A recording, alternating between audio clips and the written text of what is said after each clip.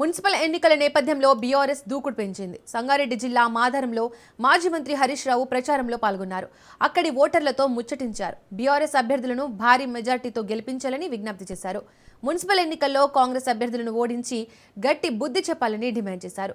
రాష్ట్రంలో ఎక్కడైనా రూపాయి అభివృద్ధి అయినా జరిగిందా అని నిలదీశారు.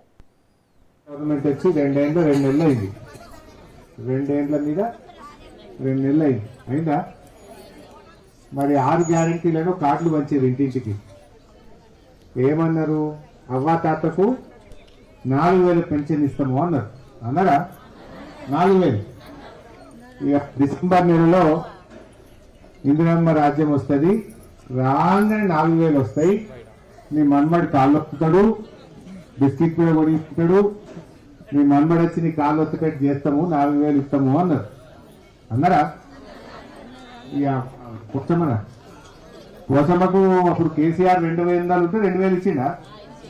2,000 ఇచ్చింది కదా కేసీఆర్. మరి ఇప్పుడు పోచమ్మకు 4,000 వచ్చినాయా?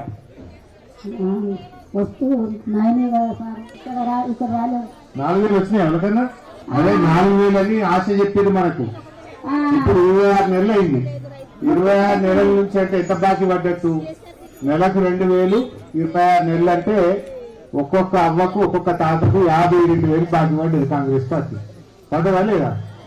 52,000 ఇచ్చినాకనే కాంగ్రెస్ వాడు ఒకటి అడగాలి. మరి ఇప్పుడు ఏమన్నారు? మనకు డిసెంబర్లోనే ఇస్తాం 4,000 అన్నారు. మీకు యాదుకుందో లేదో, అప్పుడు కేసీఆర్ సార్ గెలిచినప్పుడు నన్ను గెలవంగానే 2,000 ఇస్తా అన్నాడు. 2,000 బరాబర్ ఇచ్చిందా లేదా అది చూసుకోండి. మొదటి నెలనే ఇచ్చిండు. గెలవంగానే 2,000 అన్నాడు. బరాబర్ 2,000 ఇచ్చిందా లేదా? వీళ్ళు 4,000 అన్నారు. మరి ఏమై అక్క చెల్లెళ్లకు ఆసరగా, అవ్వా తాతలకు అండగా బీఆర్ఎస్ పార్టీ మేము గట్టి కొట్లాడుతున్నాం. ఏమని? బిడ్డ 4,000 ఇప్పుడు ఇస్తామని రోజు అసెంబ్లీలో అడుగుతున్నాడు.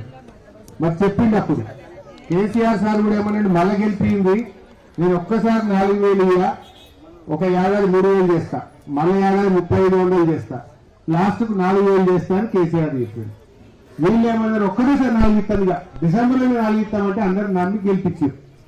గెలిచినాక మరి సపోర్ట్ చేస్తురా? మోసం అయిపోయింది. మరి ఇప్పుడు ఆ 4,000 ఇవ్వకుండా ఇప్పుడు మళ్ళా ఓట్లకు వస్తారట కాంగ్రెస్.